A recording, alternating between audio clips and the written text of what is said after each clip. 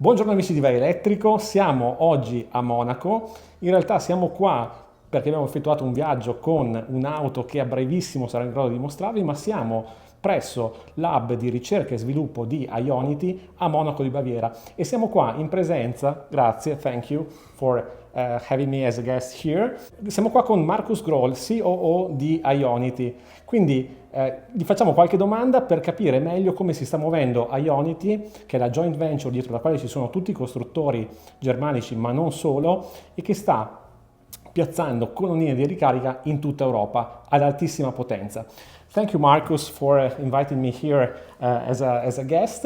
I would like to ask you something about the future developments of your plans, especially in our country. Quindi le chiediamo soprattutto quale sarà il futuro di Ionity nel nostro paese, l'Italia.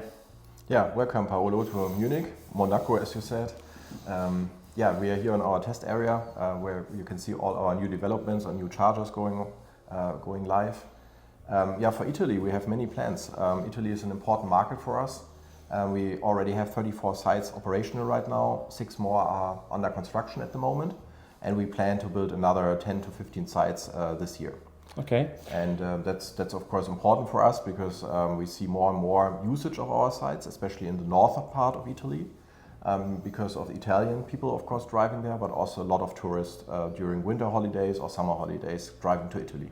Okay. Dice che al momento gli impianti sono poco meno di 40 con molti altri in costruzione, in particolar modo ci siamo concentrati fino adesso sulla parte del nord Italia che è molto visitata dai turisti perché noi pensiamo sempre all'infrastruttura come a nostro utilizzo, ma in realtà una parte importante, di questo abbiamo già parlato, è anche di chi viaggia e quindi di chi si sposta verso l'Italia.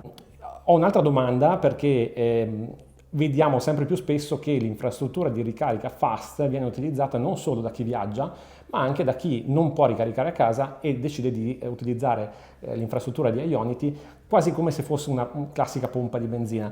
Chiediamo se hanno mai pensato a questo tipo di utilizzo. You always present your service as a support for people traveling, okay? Mm-hmm. Yeah. But what I noticed recently is that many people in Italy buy their cars even they cannot charge it at home, and so they think of fast charging as a support for, ordinary refueling, mm-hmm. Okay? Like when you have a petrol engine car and on Saturday you go to do the shopping and maybe while you are doing that you charge your car. Are you thinking of those customers as your customers?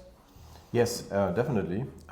We have many sites already in Italy which are used by these both customer segments. So customers driving long distance, but also customers commuting or going to the shopping center, for example. We have in Rome, south of Rome, there's a site opened now in a shopping center, mm-hmm. but it's also next to a highway.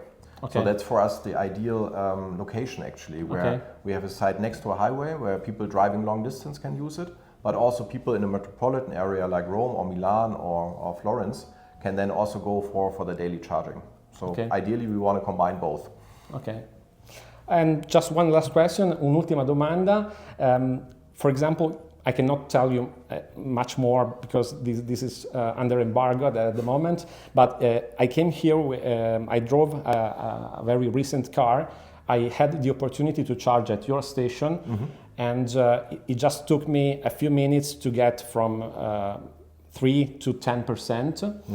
and that was what I needed in that moment. So I just spent 3 minutes at your station and then drove away.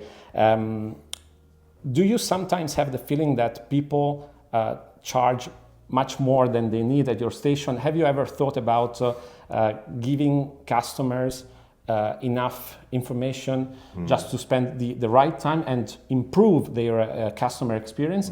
Sto chiedendo se, io sono qua, purtroppo non posso dire più di tanto, ma con una nuova auto che vedrete a breve, ieri sera ho effettuato una ricarica di pochissimi minuti presso una stazione Ionity e poi sono andato via. Chiedo se hanno mai pensato di razionalizzare l'esperienza di utilizzo presso le stazioni, se hanno mai pensato che il cliente tipo passi quasi troppo tempo a ricaricare quando non sarebbe necessario.